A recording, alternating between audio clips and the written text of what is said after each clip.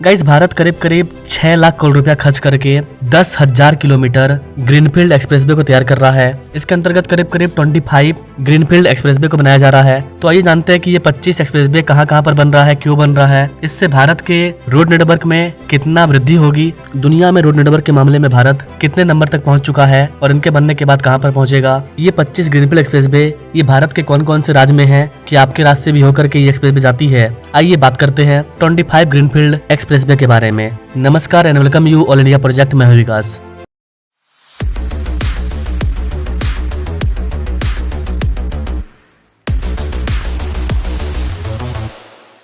Guys, केंद्रीय सड़क परिवहन एवं राजमार्ग मंत्री नितिन गडकरी ने गुरुवार को कहा कि हम लोग 6 लाख करोड़ रुपए की लागत से टोटल 10,000 किलोमीटर लंबे 25 ग्रीनफील्ड एक्सप्रेसवे का निर्माण कर रहे हैं। जो हाईवे है वो अलग है और जो गांव के अंदर सड़कों को बनाया जा रहा है वो अलग है। यहाँ पर सिर्फ ग्रीनफील्ड एक्सप्रेसवे की बात हो रही है। एक्सप्रेसवे और आर्थिक गलियारे के निर्माण से देश की जो लॉजिस्टिक लागत है उसमें कमी भी देखने को मिला है। पिछले 10 सालों में कई सारे एक्सप्रेसवे बने हैं, जिसकी वजह से हमारे देश का जो लॉजिस्टिक लागत है वो 16% से घट करके अब मात्र 10% रह गया है। आगे आने वाले दिनों में ये 9% हो जाएगा। मे भी इस साल के लास्ट तक ये घट करके मात्र 9% रह जाए। लॉजिस्टिक लागत में कमी आती है अच्छे रोड की वजह से। रोड अच्छे होते हैं तो चीजों को लाने जाने में कम समय लगता है, फ्यूल बचता है, जिससे कि लॉजिस्टिक गुड्स वगैरह की लागत में कमी आती है, जिसकी वजह से मार्केट में उन चीजों की प्राइस, उनका लॉजिस्टिक कॉस्ट कम आता है। तो अभी जो रोड अभी बनेंगे, दिल्ली मुंबई पूरा होगा, दिल्ली देहरादून पूरा होगा 2 घंटे में, दिल्ली देहरादून 12 घंटे में, दिल्ली 2 घंटे में, जयपुर 4 घंटे में, अमृतसर 6 घंटे में, कटरा 8 घंटे में, श्रीनगर और बेंगलोर से चेन्नई भी 2 घंटे में हो जाएगा। अब ये मेरठ से दिल्ली 4 घंटे था, वो 45 मिनट में आया। तो रोड में अच्छे बनेंगे और फ्यूल में बदल जाएगा तो लॉजिस्टिक कॉस्ट काफी कम हो जाएगी। मैं आज इस मंच पर आपको एश्योर करता हूं कि इस साल दिसंबर समाप्त होने के पहले इस देश की लॉजिस्टिक कॉस्ट सिंगल डिजिट पे आएगी, 9% पे आएगी। तो करीब करीब 15 लाख करोड़ रुपए के एक्सप्रेसवे, हाईवे, राजमार्ग पर काम चल रहा है। इसमें से कई सारे इंपॉर्टेंट प्रोजेक्ट हैं, जैसे कि रणनीतिक जोजिला सुरंग, जो कि लगभग 75 से लेकर 80% बनकर के तैयार हो चुका है। अकॉर्डिंग टू योर कमेंट मैं इस पर डिटेल वीडियो बना दूंगा। ये अपने आप में काफी कमाल का टनल होने वाला है, जिसको कि लद्दाख में बनाया जा रहा है। लद्दाख के लोगों को बेटर फैसिलिटी मिले 24/7 आवर 12 महीने, क्योंकि अभी ठंड का जब मौसम आता है तो लद्दाख देश के बाकी राज्यों से 5-6 महीने के लिए पूरी तरह से डिस्कनेक्ट हो जाता है।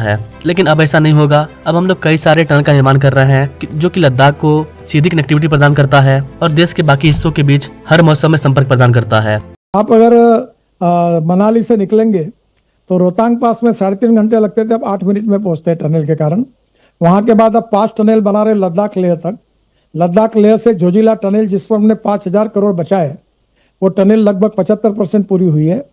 25 ग्रीनफील्ड एक्सप्रेसवे के बारे में बताने से पहले गाइस आपको कुछ और चीज बता दें कि नितिन गडकरी ने कहा कि जीवाश्म ईंधन पर भारत की निर्भरता एक आर्थिक बोझ है, क्योंकि हर साल हम लोग जितना भी कमाते हैं उसमें से करीब करीब 22 लाख करोड़ रुपया अपने लोग विदेशों में भेजते हैं कच्चे तेल को मंगाने के लिए, और एक तरह से जहर को लेकर के आते हैं। जो कच्चा तेल हमारे यहाँ आता है, जिससे गाड़ियाँ चलती है, कंपनी चलती है, और इससे कार्बन इमिशन होता है, जो कि हमारे पर्यावरण को खतरा पहुंचाता है और पूरे देश में पोल्यूशन होता है। इस चीज से बचने के लिए देश को स्वच्छ ऊर्जा को अपनाना चाहिए। यही कारण है कि गवर्नमेंट ग्रीन एनर्जी पर काफी ज्यादा फोकस कर रही है। नितिन गडकरी ने कहा कि भारत की जीडीपी वृद्धि को बढ़ावा देने के लिए हमें कृषि पर फोकस करना चाहिए। उनके अकॉर्डिंग किसानों ने मक्का से इथेनॉल का उत्पादन करके 45,000 करोड़ रुपए की अतिरिक्त कमाई की है। उन्होंने ये भी बताया कि अब तक NHAI द्वारा सड़क निर्माण में 80 लाख टन ठोस कचरे का इस्तेमाल किया जा चुका है। मतलब भारत के अलग अलग राज्यों में कई जगह पर कई सारे कचरे का पहाड़ बन गया है, जिसका कि कोई यूज नहीं है। उस तरह के कचरे का यूज हम लोग एक्सप्रेसवे, हाईवे के जमीन के नीचे कर रहे हैं, क्योंकि एक्सप्रेसवे को ऊंचा बनाना है। उसके नीचे अपने लोग भारी मात्रा में कचरा डाल देते हैं और फिर उसके ऊपर मट्टी का लेयर डालते हैं।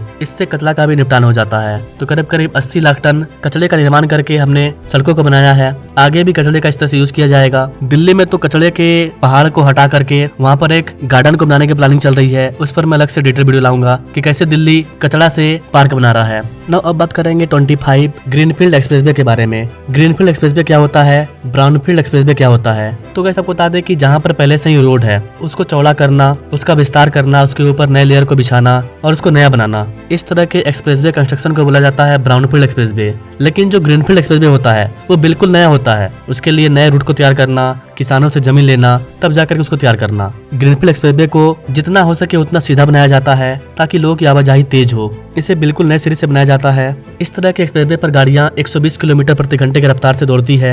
ग्रीनफील्ड एक्सप्रेसवे 6 लेन, 8 लेन, 12 लेन तक बनाया जाता है। अपने भारत में 12 लेन तक के ग्रीनफील्ड एक्सप्रेसवे को बनाया जा रहा है। वैसे तो भारत में 25 नहीं, मैं आपको 30 प्लस ग्रीनफील्ड एक्सप्रेसवे गिना दूंगा। इसके अलावा कई सारे ऐसे एक्सप्रेसवे जो बनकर के तैयार हो चुके हैं, उनको अगर ऐड कर दिया जाए तो 50 प्लस हो जाएगा। और कुछ ऐसे भी हैं जो कि अभी चर्चा में है, मतलब अभी उसको फिक्स नहीं किया गया है कि बनेगा कि नहीं बनेगा, लेकिन प्लानिंग किया जा रहा है। उसको भी ऐड कर दिया जाए तो 100 प्लस हो जाएगा। लेकिन अपने लोग मैन एक्सप्रेसवे पर फोकस करते हैं जिस पर काम चल रहा है 10,000 किलोमीटर के रूट में। मैं आपको बताना चाहता हूं कि 27 ग्रीनफील्ड जहां रोड ही नहीं है, ऐसे हाईवे हम बना रहे हैं। Total length of greenfield corridor is 10,000 kilometre and we are making the investment of 5,50,000 crore in Green Express Highway. तो जैसा कि आप सभी जानते हैं, अपने प्यारे भारत में जो अभी नंबर 1 पर है वो है दिल्ली मुंबई एक्सप्रेसवे, जो कि आधा लगभग बनकर के तैयार हो चुका है। नंबर 2 पर है दिल्ली वडोदरा एक्सप्रेसवे, जिसकी लंबाई 845 किलोमीटर है। ये हरियाणा, राजस्थान, मध्य प्रदेश और गुजरात को जोड़ेगा। नंबर 3 पर है वडोदरा मुंबई एक्सप्रेसवे, जो कि 450 किलोमीटर लंबा है। नंबर 4 पर है दिल्ली फरीदाबाद सोहना एक्सप्रेसवे, जिसकी लंबाई 91 किलोमीटर है। ये दिल्ली, हरियाणा और उत्तर प्रदेश को जोड़ेगा। नंबर 5 पर है अहमदाबाद धुलेरा एक्सप्रेसवे, 109 किलोमीटर लंबा है, गुजरात में है, अभी बन रहा है, ये भी अंडर कंस्ट्रक्शन है। नंबर 6 पर है बेंगलुरु चेन्नई एक्सप्रेसवे, जो कि 262 किलोमीटर लंबा है, कर्नाटक, आंध्र प्रदेश और तमिलनाडु के जुड़ेगा। नंबर 7 पर है दिल्ली अमृतसर कटरा एक्सप्रेसवे, करीब 700 किलोमीटर लंबा एक्सप्रेसवे, जिसका की विस्तार किया जा रहा है। ये हरियाणा, पंजाब, जम्मू कश्मीर और दिल्ली को आपस में जोड़ेगा। नंबर 9 पर है कानपुर लखनऊ एक्सप्रेसवे, जिसकी लंबाई 63 किलोमीटर है, ये भी लगभग बनकर के तैयार होने वाला है। अकॉर्डिंग टू योर कमेंट इस पर लेटेस्ट अपडेट ला दूंगा। कुछ ऐसे एक्सप्रेसवे हैं जो कि आंशिक रूप से ओपन है और कुछ ऐसे हैं जो कि पूरी तरह से ओपन हो चुके हैं। कुछ अंडर कंस्ट्रक्शन भी है और कुछ प्रस्तावित भी हैं। जैसे कि नंबर 10 पर अहमदाबाद वडोदरा, ये बनकर के तैयार हो चुका है, ऑपरेशनल है। अमृतसर जामनगर आंशिक रूप से ओपन है। बेंगलुरु चेन्नई ये आंशिक रूप से ओपन है। बेंगलुरु मैसूर फुल्ली ऑपरेशनल है। दिल्ली देहरादून आंशिक रूप से ओपन है। दिल्ली फरीदाबाद एक्सप्रेसवे जो कि ऑपरेशनल है। दिल्ली गुड़गांव एक्सप्रेसवे ये भी ओपन है। दिल्ली मेरठ एक्सप्रेसवे ये भी ओपन है। लेकिन जो दिल्ली मुंबई एक्सप्रेसवे है वो अभी आधा ही ओपन हुआ है। दिल्ली पानीपत ये ऑपरेशनल है। DND KMP एक्सप्रेसवे ये आंशिक रूप से ओपन है, ये पूरा अभी ओपन नहीं हुआ है। दुर्गापुर एक्सप्रेसवे आंशिक रूप से ओपन है। कोकन एक्सप्रेसवे ये भी आंशिक रूप से ओपन है। मुंबई पुणे एक्सप्रेसवे ओपन है, लेकिन इसके मिसिंग लिंक पर काम चल रहा है। रायपुर बिलासपुर एक्सप्रेसवे ये ओपन है। ट्रांस हरियाणा अंबाला नारोल अर्थात अंबाला नारोल ये वाला एक्सप्रेसवे भी ओपन है। तो इस तरह के कई सारे ऐसे एक्सप्रेसवे हैं जो कि आंशिक रूप से ओपन है, कुछ फुल्ली ओपन है। अंडर कंस्ट्रक्शन की बात करें तो अहमदाबाद धुलेरा ये अंडर कंस्ट्रक्शन है। आमाज दरभंगा जो बिहार में बन रहा है ये भी निर्माणाधीन है। अंबाला शामली एक्सप्रेसवे जो कि हरियाणा और उत्तर प्रदेश को जोड़ेगा ये भी अंडर कंस्ट्रक्शन है। अवध एक्सप्रेसवे कानपुर और लखनऊ को जोड़ने वाला अवध एक्सप्रेसवे निर्माणाधीन है। बेंगलुरु विजयवाड़ा निर्माणाधीन है। चेन्नई बंदरगाह मुद्रवायल एक्सप्रेसवे, दिल्ली जयपुर, दिल्ली कटरा, दुर्ग आरंग, फरीदाबाद गाजियाबाद, गाजियाबाद कानपुर, हैदराबाद इंदौर, जयपुर बांदीकुई ये ओपन हो चुका है इसी साल। लुधियाना अजमेर, नागपुर विजयवाड़ा, पनियाला बड़ौदा मेव, रायपुर धनबाद, रायपुर हैदराबाद, रायपुर विशाखापट्टनम, सूरत चेन्नई ये सब अभी अंडर कंस्ट्रक्शन है। शहरी विस्तार रोड 2 UR2 ये ओपन हो चुका है। द्वारका एक्सप्रेसवे का जो दिल्ली खंड है वो भी ओपन हो चुका है, इसी साल ओपन हुआ है। वाराणसी कोलकाता ये भी निर्माणाधीन है।